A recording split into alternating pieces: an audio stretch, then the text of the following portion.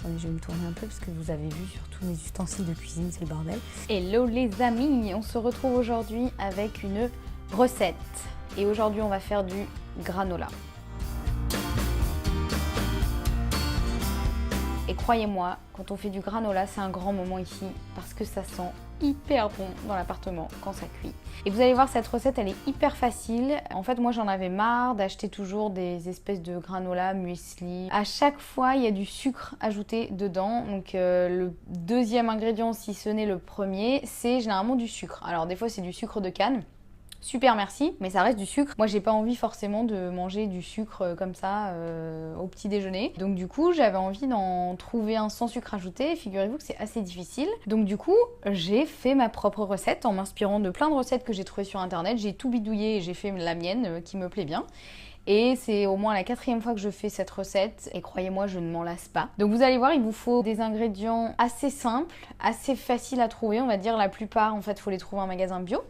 Donc je vous explique d'abord, je vous liste les ingrédients d'abord et puis après je vous montre comment on fait pour faire ce granola. Comme vous le voyez dans ma cuisine, il y a une lumière du plus bel effet. Vraiment, ça me met bien en valeur. Voilà. Alors sachant que moi je mesure tout avec une tasse en fait, avec une tasse comme ça. Voilà. Comme ça c'est pratique si vous n'avez pas de balance, si vous n'avez pas de verre mesureur ou quoi que ce soit.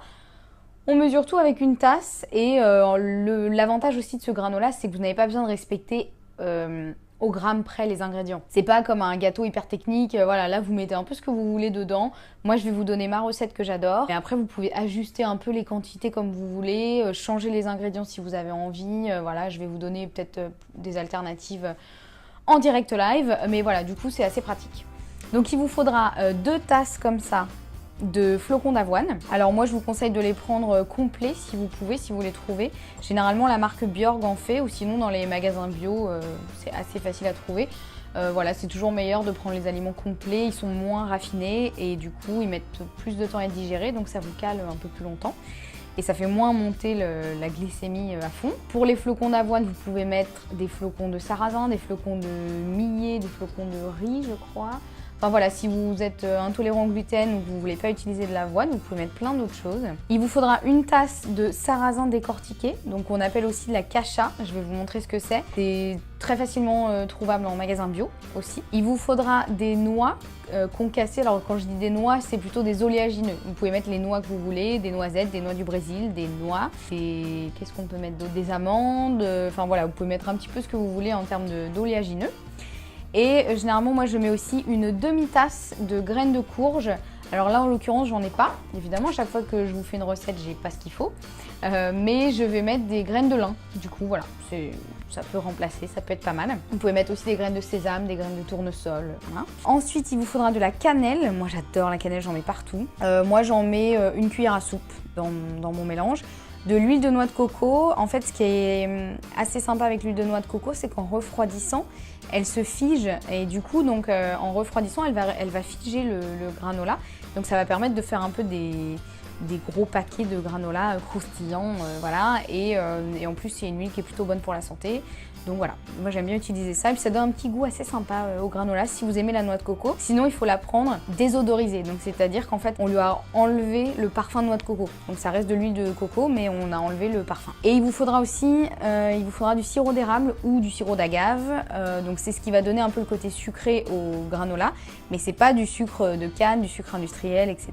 C'est meilleur pour la santé. Et là j'en mets à peu près un tiers de tasse. Et je mets aussi un petit peu d'extrait de vanille, donc une cuillère à café, ça fait toujours, ça relève un peu le goût, et une petite pincée de sel. Donc ça en fait ça va juste révéler tous les goûts qu'on a mis dans le granola. Donc je vous rappelle les ingrédients rapidement et je vous donne l'équivalent en grammes si jamais vous préférez mesurer avec une balance.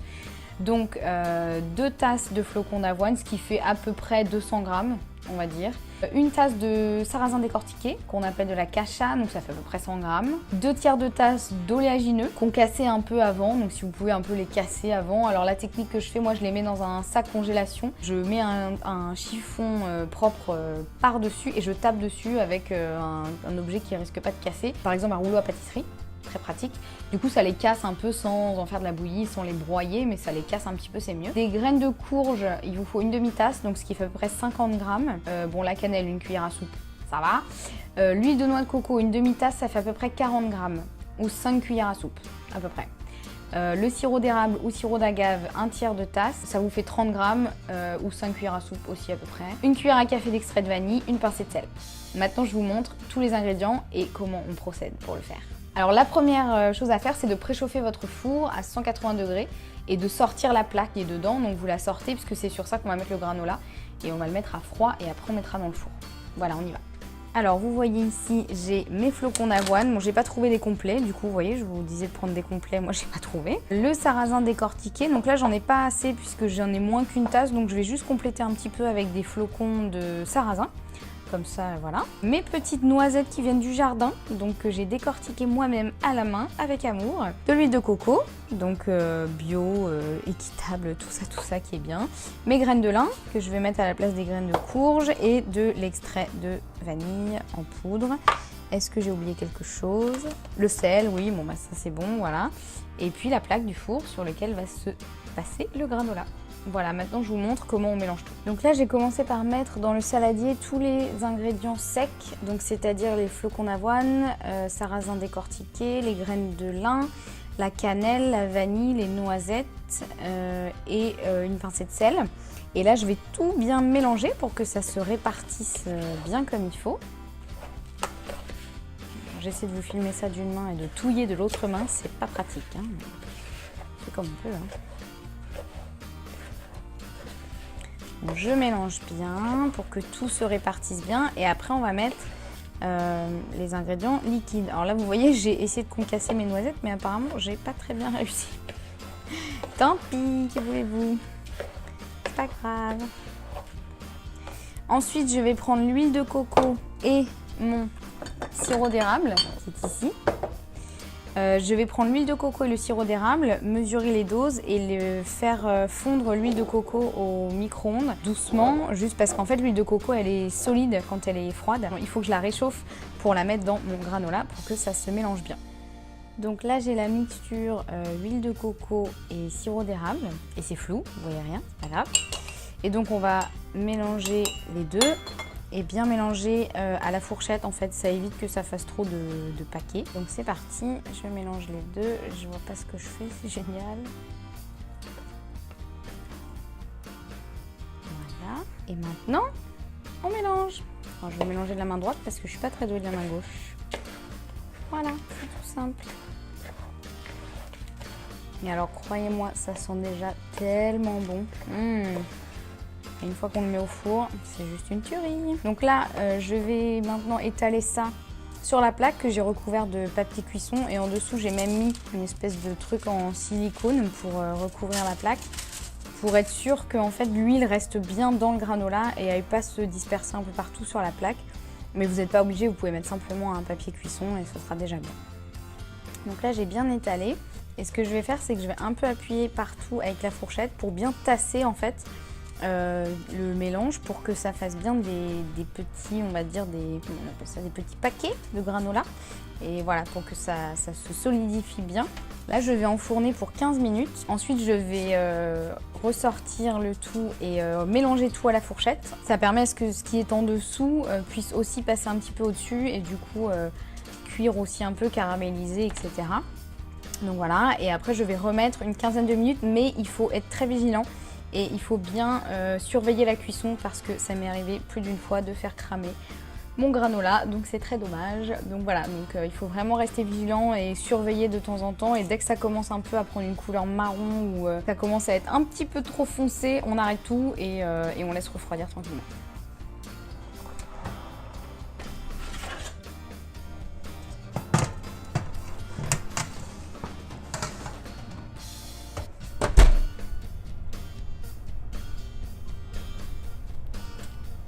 Donc là, on est à mi-chemin. Vous voyez, il a déjà pris une belle petite couleur dorée. Donc là, je ne vais même pas le ressortir. En fait, je remélange tout et puis je vais retasser après pour refaire un truc à peu près plat. Donc j'ai réenfourné pour 15 minutes. Mon téléphone a planté à ce moment-là. Voilà.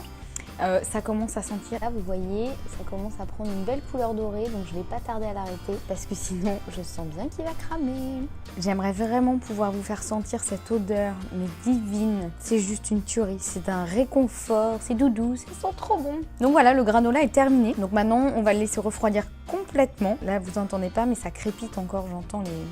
Ça crépite un peu. Et après, le mieux pour le conserver, c'est de le mettre dans un bocal hermétique ou dans une boîte en métal hermétique. Et voilà, pour pas qu'il prenne l'humidité surtout, parce que sinon il va ramollir et du coup ça perd tout son aspect croustillant sympa. Et après, vous pouvez l'utiliser à saupoudrer sur des yaourts de soja par exemple, sur des smoothie bowls. Donc vous faites un smoothie, vous mettez dans un bol et vous mettez dessus des fruits, du granola, ce que vous voulez. Vous pouvez aussi le prendre avec du lait d'amande, du lait de riz, etc. en rajoutant des fruits. Enfin bon, faites-vous plaisir, voilà, et n'hésitez pas à rajouter les ingrédients que vous avez envie. Si vous avez envie de le faire au chocolat, vous pouvez le rajouter après la cuisson, c'est-à-dire maintenant, là, vous pouvez rajouter des petits carrés de chocolat qui vont fondre du coup parce qu'il est encore chaud. Vous laissez bien refroidir et voilà, vous aurez votre granola chocolat. Voilà, j'espère que cette recette vous a plu. Comme vous avez vu, c'est rapide, c'est facile, il n'y a pas grand-chose à faire, il suffit d'avoir les bons ingrédients.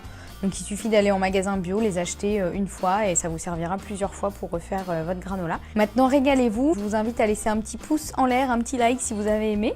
Et puis à me dire dans les commentaires si vous avez essayé cette recette, si vous avez d'autres recettes de granola que vous aimez.